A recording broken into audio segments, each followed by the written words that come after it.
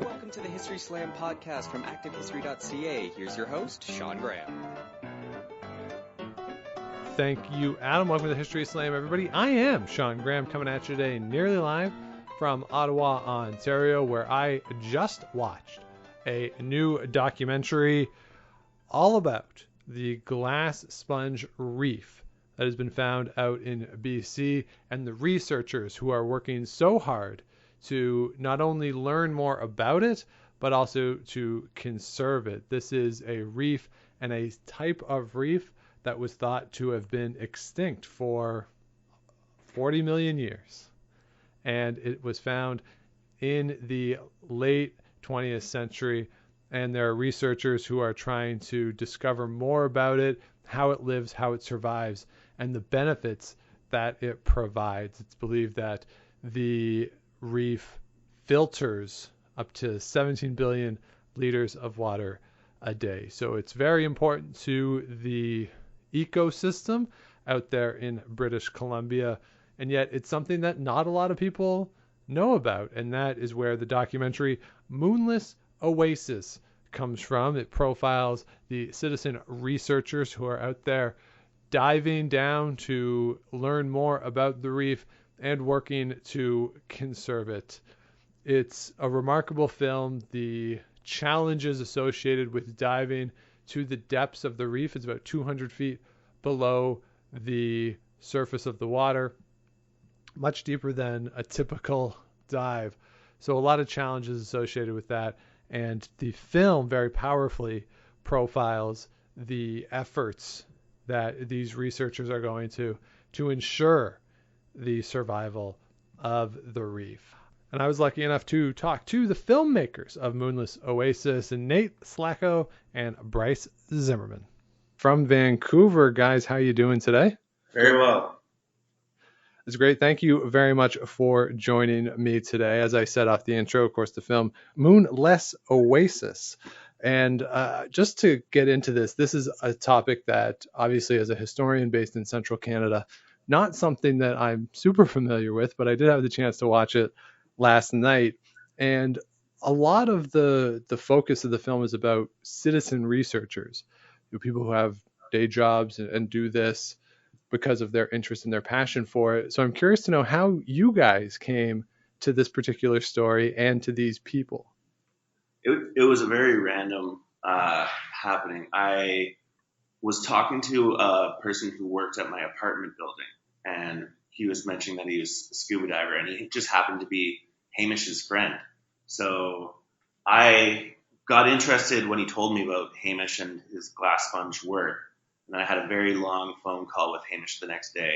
And that's kind of where he broke down to me everything that's happening with him and his team. So let's establish too what the glass sponge reef, what that is, and why that is so important to people like Hamish, who you mentioned. Like, why is that so important, and what does it do, and why does it deserve all this attention that these folks are putting on it? It's fascinating in part because it was quite literally thought to be extinct for the past 40 million years.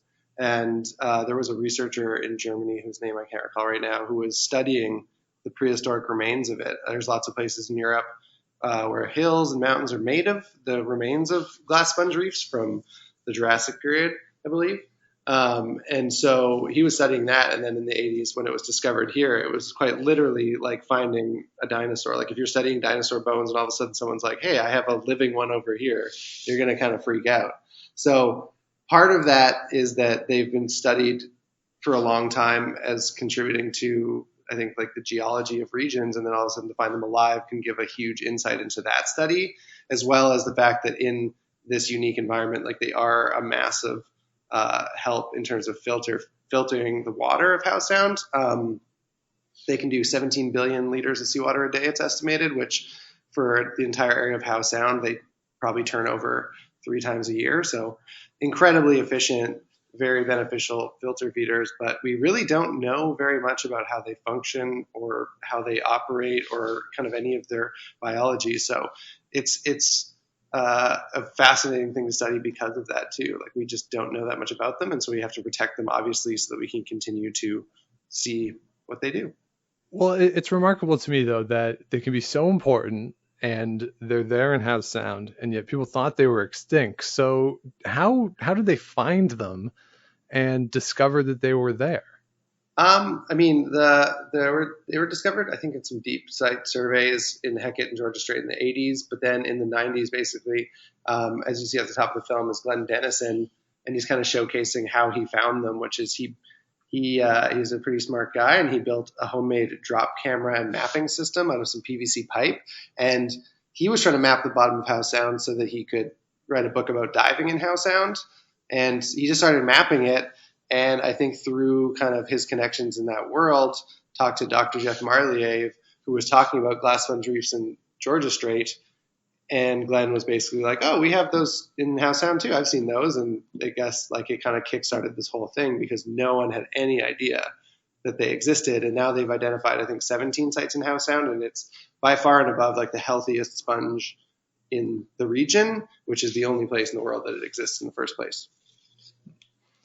And for you guys as filmmakers, what does that present? So you get the word of mouth that this is found and that people are doing research on it.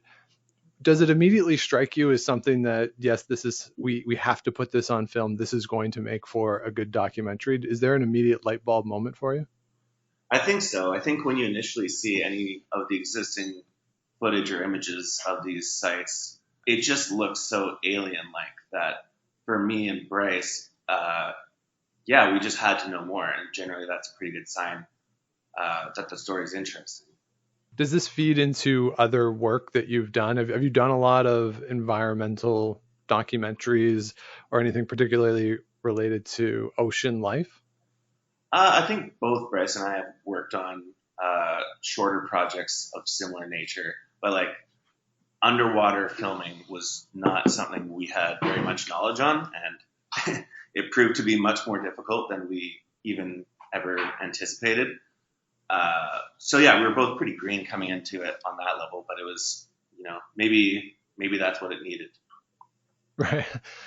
So, all right. Well, let's talk about some of those challenges because we do see it in the film. I think the first scene even is we see people planning a dive and talking about some of the things that, again, Central Canadian, I've been on a boat like 3 times. I'm not, no one would accuse me of being, the boatsman or anyone who's, drawn necessarily to the oceans. So all those things about, wind and tides and all those things that go into a dive that I certainly would have never thought of. I was glad that the movie sort of teed it up that way. But for you guys, in terms of the filming of it, what unique challenges does filming on the water and of course in the water present compared to what you might be used to as a documentary filmmaker? I think like the first difficulty and what kind of came to early on was how to film on boats. So much of this happens on boats that it was we had to make a conscious decision about how we wanted to do that. And based on a previous project I shot about sailing, I had the idea to just basically put the camera on a tripod and really lock it off. And the first day we went out, it was incredibly rough and like the boat's rocking around and everything, but the footage works really well and the background moves a lot, but the people don't. And I think it allows you to sort of be in that space without getting seasick. If the camera was moving and the boat was moving and the people are moving, it might have been too much. And so that was kind of the first thing. And once we had that down, it was still a challenge to kind of be in those spaces, putting a tripod down, trying to make room. And it was a learning process for sure from that point. And then the underwater stuff, like we knew it was going to be hard and we'd been warned about how hard it was. But it was just the technical equipment. We had our first dive we got really excited about. We had this intense deep housing for like a high-end cinema camera. And we put it in the water and the camera just shut off. And that kind of like was it for that day. That's a few $1,000s down the toilet.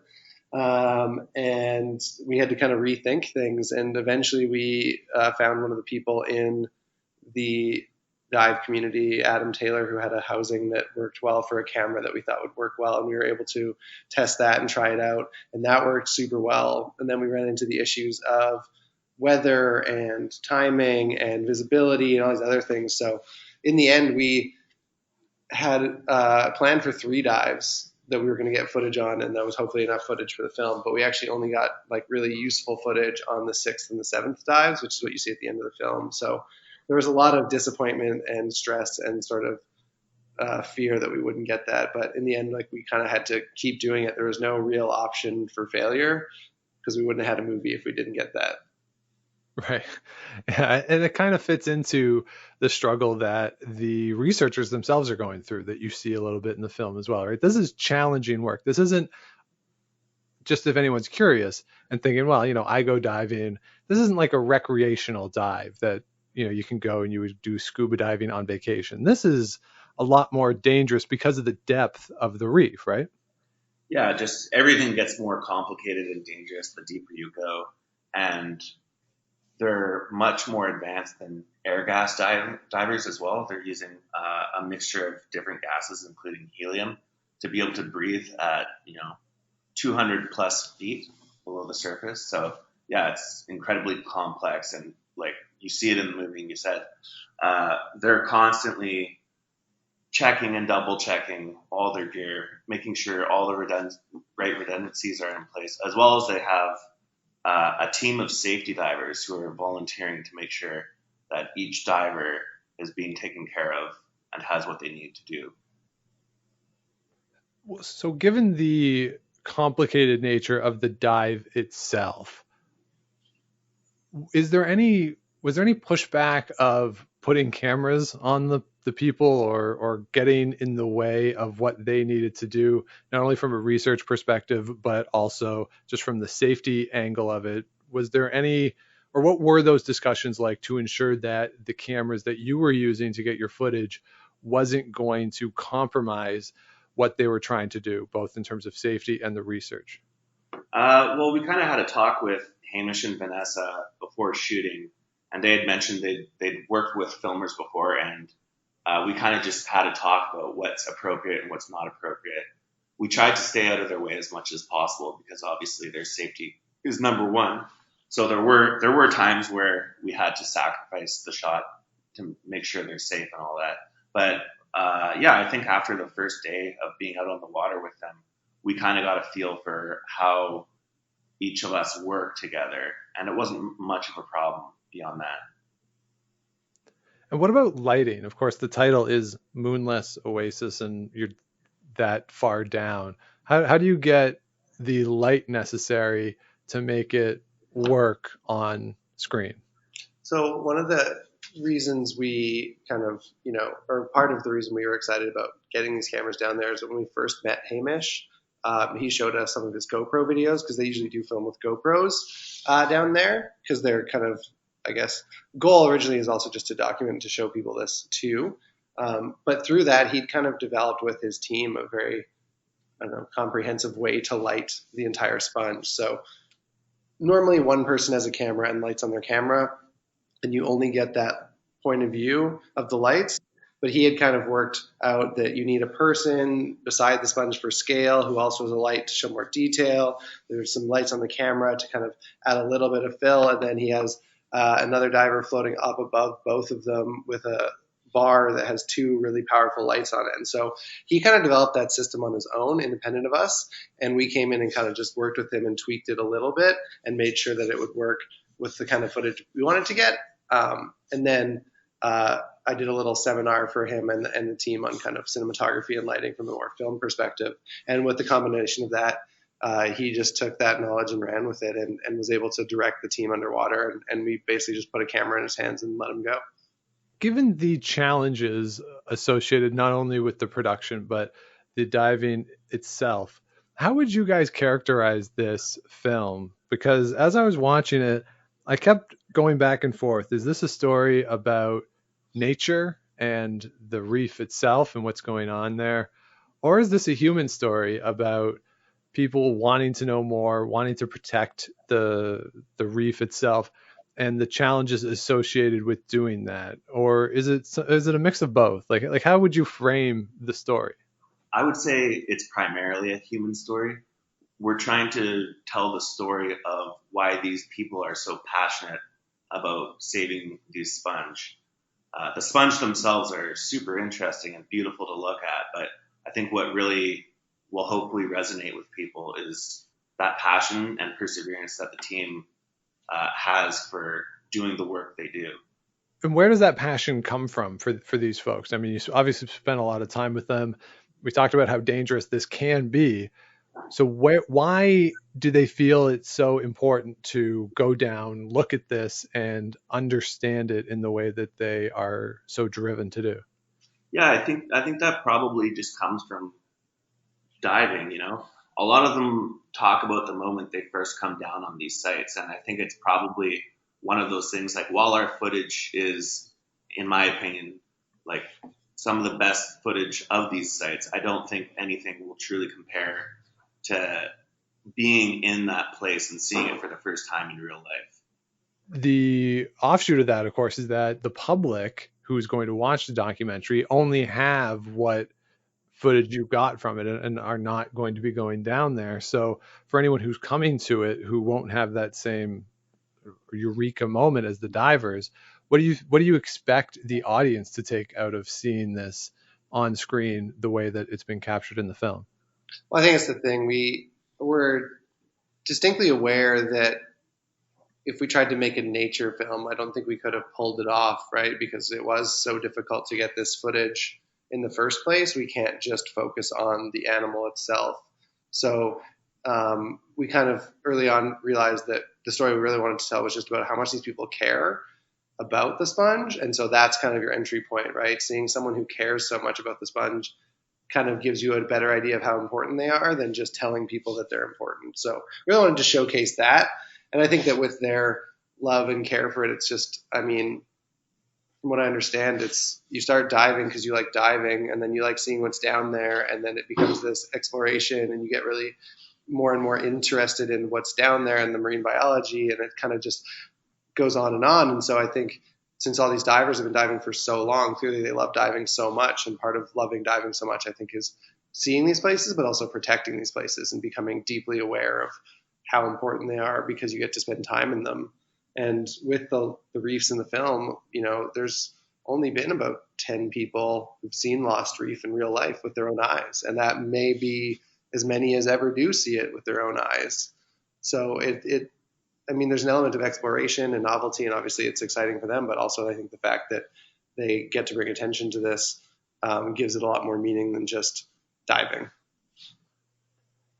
So let's get to the bringing attention side to it, because this is one of these things that it's extraordinarily difficult to get people to care about things, right? Especially things that don't directly affect them in the immediate moment. So what sort of effort are these folks doing, and does the film contribute to their efforts to get people to care about the reef and about its preservation for the long term? Yeah, I think, like, for myself, not being a diver and like being intrigued by the sponge sites, like, I think that goes to show that people who don't see it directly can care. I think, a big part of the process is these divers and the people from the Marine Life Sanctuary Society and the Underwater Council have put together the information to get it protected by the government. But I think that like any of these instances, you kind of need that public buy-in to have an idea of like a public park or a public site that you want to actually protect. It needs people to know about it so that they can care about it. And so I think while a lot of great efforts are being made locally to protect them, I think that for us, we wanted to make sure the public is aware so that there's more buy-in and more pride. And I think, living in Vancouver, we know that it's a pretty special region in terms of its ecology. And this just adds to it. I think another point of pride that when people come visit, you can be like, hey, guess what? Under there's like the only place in the world that glass sponge reefs exist. And I think that is really helpful. And is seeing it part of that? Because one of these things that I was thinking about during the film, especially in one part where they're during the first dive that you see in the film, I was thinking, is it worth it to go see it for these folks as opposed to whatever geomapping you can do from the water, from the surface, and push for protection that way? Right? What is the added element of seeing it? And for you guys, as the filmmakers who obviously got to see the footage that they were getting and be around them as they were going down and seeing them themselves. What is that initial or the added benefit of seeing it in person and then sharing the images with the public compared to just talking about it? I think that, a big part of it is the fact that everyone who's been down there has a pretty awe-inspiring way of talking about it. Not to hit on the space analogy too much, but like it is like people who've been to space or been to the moon, right?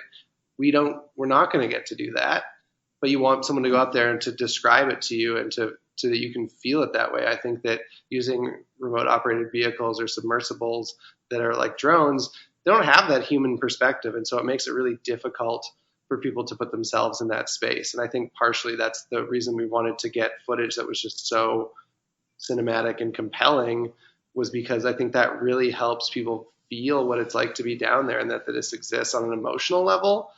Because I think that's where the connection will be, is that if you think that this is like incredible and beautiful, you're more likely to, fall in love with it than if you think that it's just like factually beneficial that it filters water. And for the folks who are doing the work, the folks who are out there diving, in your dealings with them, were they conscious of that side of it, of having you guys on board to help not only tell the story, but then to show the images that they were collecting? How conscious were they of trying to get to basically help you guys out to get the film to a place where it would attract a large audience and people would be compelled by the images themselves? Yeah, I think we tried not to impose too much, but they definitely, they called every dive that we were on the boat a working dive. And it definitely I'm sure it added stress to them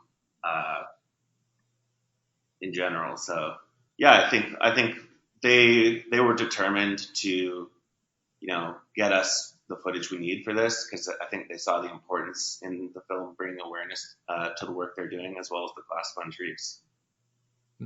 And then as the director and cinematographer of this, how do you ensure that the realness of it comes across? You talk about it being working dives, and it's shot in that verite style where there's no overarching voice narrator that takes you through it. It's shot in that very real style. So how did you guys ensure that these people who are used to maybe not having cameras on them all the time, and obviously they're not actors, how do you make sure, or what was put in place to ensure that they were working and it came across as a very genuine experience? Because it does, when you're watching it, it feels like you are eavesdropping on these folks working. So how did you guys set it up so that was the case?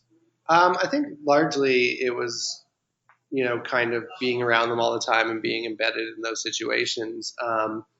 That was a big part of it. I think it took a while. We definitely have some stuff at the beginning where it was less, good in that way. People were a little more conscious. You can kind of notice they're looking at the camera, but over time, people just kind of ignore you. And especially with the bigger dives, they really, they got really used to us being there, but they're also working. They're also trying to get their gear together. They're focused on something, and that's kind of the best case scenario, is that they end up just focusing on what they're doing. And so they kind of ignore you because they're too busy to pay attention. And so that was a big part of it.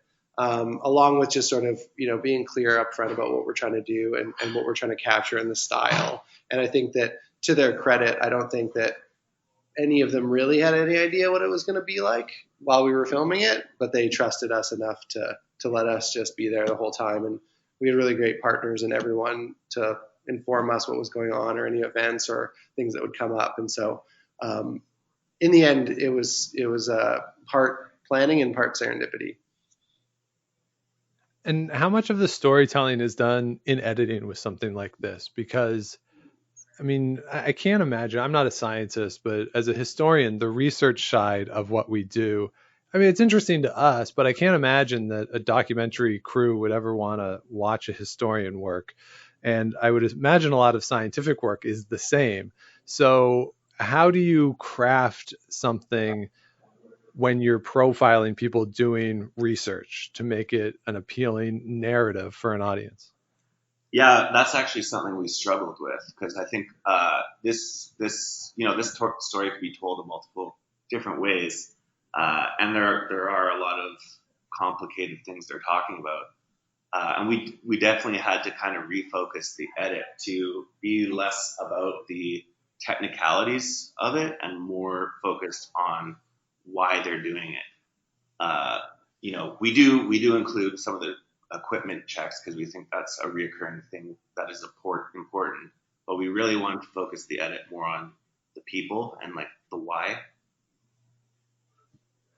Yeah, as you mentioned earlier, it really does come across as that human story then, as opposed to a nature documentary, that we are really following these folks as they're working and as they're putting together their research. And do you feel as though, having spent time with them, that the film it is reflective of, at least what I got out of it was some sense of optimism that they have about the future of the reef and about its long-term viability in a world where conservation is more of a priority than it used to be, but obviously not a top priority for governments around the world?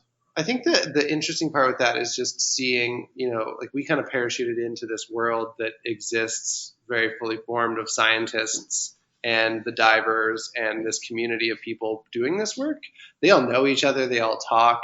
Obviously, like researchers wish they had more money, but they don't. So these people volunteering their time and resources is super beneficial. Most of the scientific divers can't even dive to these sites. So they kind of work in concert. I don't think they would be doing it if they weren't optimistic as well. I think it can be like, the world can be a depressing place if you're listening to the news and stuff, but they obviously see the merit of what they're doing. And I feel like they're hopeful, just in the fact that they're finding new sites and working to protect them and doing all this work that, no one asked them to do. They're doing it on their own time. And they've had success as well in the past, I think is a key part of that too. Not all the sites are protected, but some of them are, and that's directly related to the work they've done. So I think they have enough of a track record that they feel like they can continue to do that. So I think the work they do contributes to like the DFO protecting these sites, and they know that. So it obviously buoys them and makes them happy to continue to do it. You mentioned that you guys were kind of dropping in and they all know each other. There's this community of scientists and divers who do this sort of work.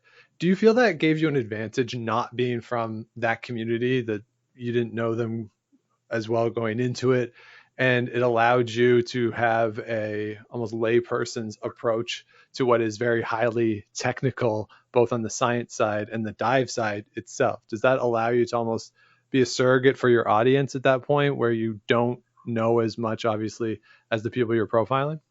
I think 100% that's it. I think us coming from a non-diver background, we would question. There's a lot of things that they'll just say, and there will be no explanation about it. But we had to constantly remind them to like kind of talk in a more general sense, not only for the film, but so we could understand what was happening. And even towards the end of the film, Bryce and I picked up some of the technical dive lingo. So I think it was helpful just to be able to look at things from a more basic sense and figure out how to make it compelling to people who aren't from that world. Yeah, we pretty we clearly knew, I think, from the beginning when we were making this film that we were making this for people who weren't part of that world, and that was a bit of a driving force in terms of our decision making, because we didn't want people to feel alienated. Will the divers think it's perfect? Probably not, because we probably messed up some stuff or used the wrong things in the diving side of things. But in the end, I don't think that's the important part. It's more about the activities that they're doing. So for anyone who's coming to this documentary and looking forward to seeing what is presented here, what would you prep an audience for? Like, what would you say if it was possible for us to have an actual release and it's in a theater somewhere and people are coming to see it as a premiere? What would you say to an audience to prep them for it as they prepare to watch it? I think probably we wouldn't want to say too much. I think part of the design of the film is to let people learn about this world and, ask questions and then have answers and kind of just see how it is. We really want people to experience the film in a way that sort of they can work with it and ask questions and learn things as opposed to being told what to think. So I'd probably wouldn't say too much in advance of it, to be honest. I'd probably just let people watch it, and then hopefully afterwards they'd have lots of questions. And then do you think that for you guys, again, you mentioned that, again, not experts in the field. Yeah, you live in Vancouver, so it's local to you. Do you think that this is going to resonate with a national audience and get people? I live in Ottawa. We have a lot of federal government people here. I know folks who work for the Department of Fisheries and Oceans. Do you think that this is going to resonate with audiences who are not local to the reef itself, and will potentially get more folks on board with conservation efforts and put maybe some pressure on the department to provide greater protections to the reef? Yeah, for sure. I think one of the things we wanted to do from the get-go on this film was to, while it is a very unique and local story, I think doesn't matter where you're from, there's always that something special in your backyard, and it probably needs some protection. And I think by showing what these citizen scientists are doing and are capable of doing, it will hopefully leave you feeling less futile about what's happening in your world. Yeah, trying to inspire people to make a change around them. And I think that's what we're hoping resonates, is not so much it's just in BC, but just that if you put your mind to it, you can make a difference, right? We don't often see the positive side of protections or the effort that people are making for these things. So I think it's good to have that win, but also show people that, they've also been doing this for 7 years. They've also, Glenn started mapping it in the 90s. It's a slow process, but it does have results. Yeah, and I agree that definitely a reason why people should go and watch it. So again, the title is Moonless Oasis. It is available on CBC Gem. And guys, if anybody wanted to get more info on the film or on your work, where can they go? Where can they find that kind of stuff? We've got a website, moonlessoasis.com, and also Moonless Oasis on most social networks. Yeah, Instagram, Facebook, Twitter. All those good ones. Awesome. Well, definitely everybody check it out. Thank you so much for joining me. Thank you. Thank you. So there you have it. My discussion with Nate Slaco and Bryce Zimmerman. Again, Moonless Oasis. You can find it on CBC Gem, and I would encourage you to check it out. There's this old saying that I've heard that if everything on land died, everything in the water would be fine. But if everything in the water died, everything on land would also die. We're super dependent on the water and the things that live in the water for our survival on land. And it's important that we conserve these natural environments that are so central to the ecosystems in water systems, because we are dependent on them. So definitely check out Moonless Oasis and the work that this particular team of researchers is putting in to the glass sponge reef. So that'll do it for this week's episode. Thank you so much for listening. If you have not yet, please do subscribe to the show wherever it is you get your podcasts, on Apple, Google, Stitcher, Spotify, all the places. Do the likes, the ratings, comment about the show. Really helps beat all those algorithms and helps other people find the show. And of course, head on over to Activehistory.ca, and that's also where you can find all of our past episodes, all 168 of them. Of course, if you want to influence what we have on the show, let me know what you want to hear. HistorySlam@gmail.com. You can find me on Twitter @TheSeanGraham. So we'll be back with you again next week. But until then, if you're out and you see Enrico Palazzo, please say hi for me.